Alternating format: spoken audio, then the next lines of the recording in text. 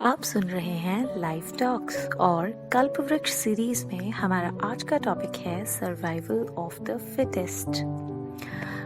We need to be fit according to the changing environment, है ना?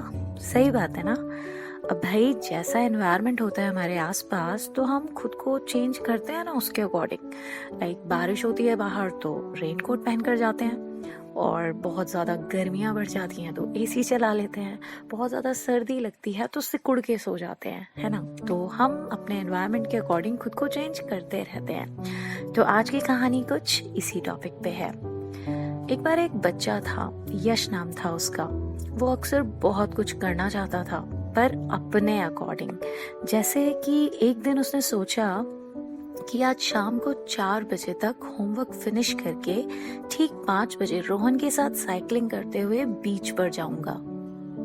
वो घर जाकर खाना खाके जल्दी से अपना होमवर्क करता है और शाम को 5 बजे जैसा उसने प्लान किया था वो अपने दोस्त रोहन के यहाँ जाता है उसे बुलाने के लिए।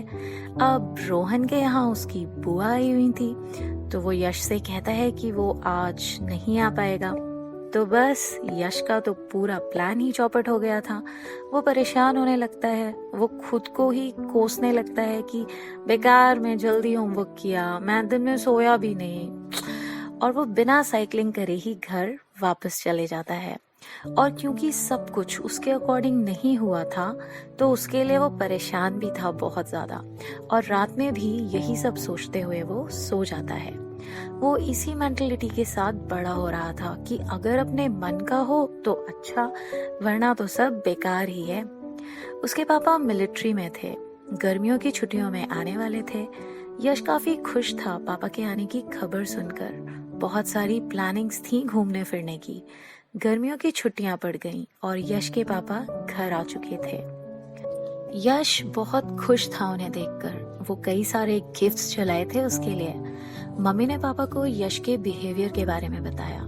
पापा ने भी यश में ये चेंज नोटिस किया। वो सोचने लगे कि ऐसे तो मेरा बेटा लाइफ में सरवाइव ही नहीं कर पाएगा, बड़े होकर उसे तो आर्मी ज्वाइन करनी है और वहां तो कुछ भी हमारे अकॉर्डिंग नहीं होता, तो वो तो एग्जिस्ट ही नहीं कर पाएगा। पापा अपने बेटे को सिखाना चाहते थे कि life survival of the fittest का नाम है। 3 दिन बाद उन्हें वैष्णो देवी के लिए निकलना था। उनका टिकट तो सेकंड एसी का था, पर स्टेशन पर पहुंचे तो भीड़ बहुत ज्यादा थी और बारिश भी हो रही थी। वो अपने कोच में तो नहीं चढ़ पाते, पर एक स्लीपर कोच में अपने बेटे के साथ किसी तरह से चढ़ जाते हैं। वो कोच पूरी तरह से भरा हुआ था। यश बड़ा परेशान था कि कितनी भीड़ है इस कोच में, हमारा तो दूसरा कोच है। और वो पापा से जल्दी से दूसरे कोच में चलने को कहता है।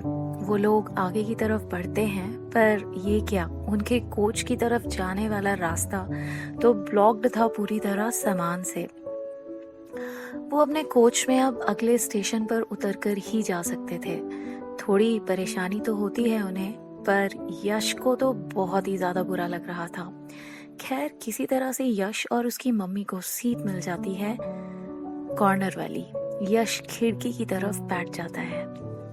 खिड़की से अच्छी हवा आ रही थी तो यश को थोड़ा अच्छा लगता है, पर कुछ ही देर में बारिश बहुत तेज हो जाती है और पानी अंदर आने लगता है तो खिड़की आधी बंद करनी पड़ती है। थोड़ी देर तो सही रहता है, पर फिर से काफी पानी अंदर सीट पर गिर रहा था तो खिड़की पूरी बंद करनी पड़ती है। अब अंदर घुटन जैसी फील होने लगी थी और पानी से सीट भी गीली हो गई थी। यश झुंझला उठता है और वो चिल्ला पड़ा कि मुझे नहीं बैठना इस कोच में। पापा उसे समझाते हैं कि अगले स्टेशन तक रुकना ही पड़ेगा उन्हें इस कोच में, वो चलती ट्रेन से तो उतर नहीं सकते ना। वो न्यूज़पेपर बिछाते हैं सीट पर और उसको बैठने के लिए कहते हैं और उसे कहते हैं कि 2 चॉइसेस हैं अब उसके पास। या तो वो अगला स्टेशन आने तक परेशान होकर मूड खराब कर सकता है, या तब तक यहीं एंजॉय कर सकता है और थोड़ी ही देर में वो अपने कोच में चले ही जाएंगे। यश कहता है यहाँ कैसे एंजॉय कर सकते हैं? पापा उससे कहते हैं कि हम अंताक्षरी खेल सकते हैं ना इतने। तो वो शुरू करते हैं। उनकी देखा देखी आसपास में बैठे हुए लोग भी उन्हें ज्वाइन कर लेते हैं और बड़े आराम से वो सब अंताक्षरी खेलते हुए आगे बढ़ते हैं। और कुछ ही देर में बारिश रुक जाती है तो खिड़की खोलने पर बड़ी प्यारी प्यारी हवा भी अंदर आती है और यश अब बहुत ज़्यादा खुश था। थोड़ी ही देर में एक स्टेशन आता है। वो स्टेशन पर उतरकर अपना कोच चेंज कर लेते हैं।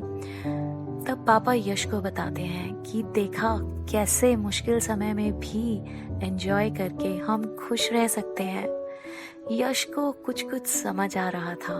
वो खुश था अब। वो लोग वैष्णो देवी अच्छे से खुशी खुशी पहुंच जाते हैं। और हाँ, यश को पापा हेल्प कर रहे थे बार बार जब भी वो परेशान होता छोटी छोटी बातों पर। जो भी हमें लगता है कि हम कर सकते हैं वो हम सच में कर सकते हैं, पर उसके लिए we need to be better by each passing day. हाँ, हमें रोज और अच्छा होना होता है।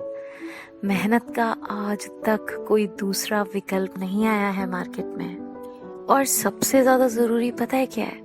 हमें बदलने के लिए हमेशा तैयार रहना है। ठीक है, कुछ सोचा है मन में और बस वही करना है, उसके अलावा कुछ दिखाई नहीं देता तो ठीक है ना, करो, प्लानिंग करो और एक रास्ता चुनो जिस पर चल सको। बट ट्विस्ट यहाँ पर ये है कि रास्ता तो हमने चुन लिया, पर उस रास्ते में हमें क्या क्या मिलने वाला है वो तो भाई भगवान जी ही चूज करते हैं। अब ये तो गड़बड़ हो गई। इतना सब सोचा, इतनी प्लानिंग की और रास्ता अपने अकॉर्डिंग नहीं होगा तो क्या फायदा। तो भाई अब दो चॉइसेस हैं हमारे पास। या तो हम चलना छोड़कर बैठ सकते हैं और रोते रह सकते हैं कि इतनी प्रॉब्लम्स हैं रास्ते में, मेरे अकॉर्डिंग तो कुछ है ही नहीं और मेरे साथ ही ऐसा होता है वगैरह वगैरह। या फिर उन सिचुएशंस के अकॉर्डिंग खुद को चेंज करके हम आगे बढ़ सकते हैं और रास्ता एंजॉय भी तो कर सकते हैं, वैसे ही जैसे यश के पापा ने किया था ट्रेन में जब बारिश का पानी अंदर आ रहा था।